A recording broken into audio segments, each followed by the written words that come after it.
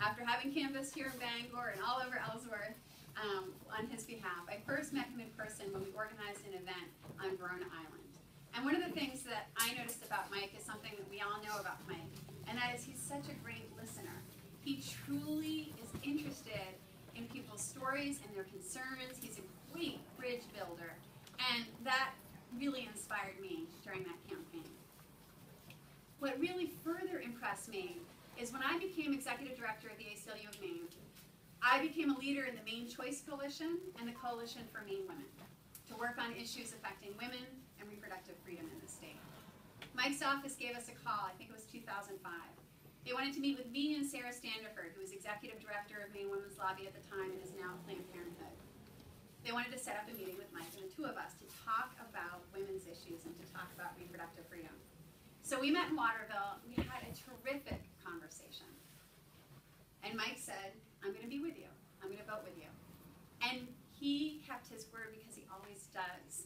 And so his chief of staff thereafter would call us every time there was a vote affecting women's issues or reproductive freedom issues. Peter Chandler would call me up on the phone and say, so there's this vote happening. What do you think? Here are the issues. This is what we're going to do. And there have been more attacks by Republicans on women and reproductive freedom in the last few years than in a long, long time. One of those attacks was H.R. 1. The House Republicans decided to defund Planned Parenthood and eliminate funding for Title 10, which is family planning funds for the whole country. Peter Chandler called and said, Mike's going to stand up against H.R. 1. He's going to vote no. He believes in Planned Parenthood. He believes in family planning. We said, great. The Republicans passed it. They sent it to the Senate.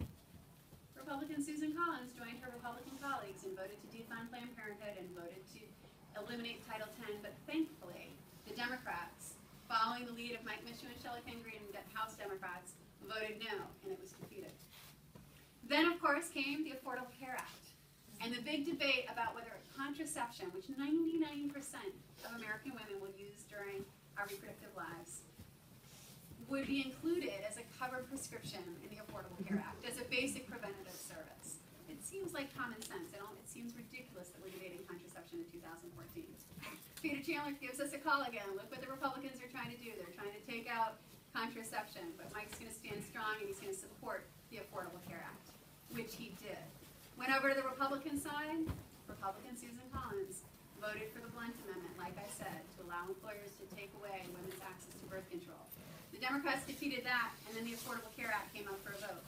She voted no when Mike voted yes. So I want to say that I am confident that Mike is going to be a great advocate for veterans like my brother-in-law. He's going to be a great advocate for small business owners like my father. He's going to be a great advocate for working people all across Maine. And he's also going to be a great advocate for women like me. So it's my pleasure to introduce Congressman Mike Michaud, our next speaker.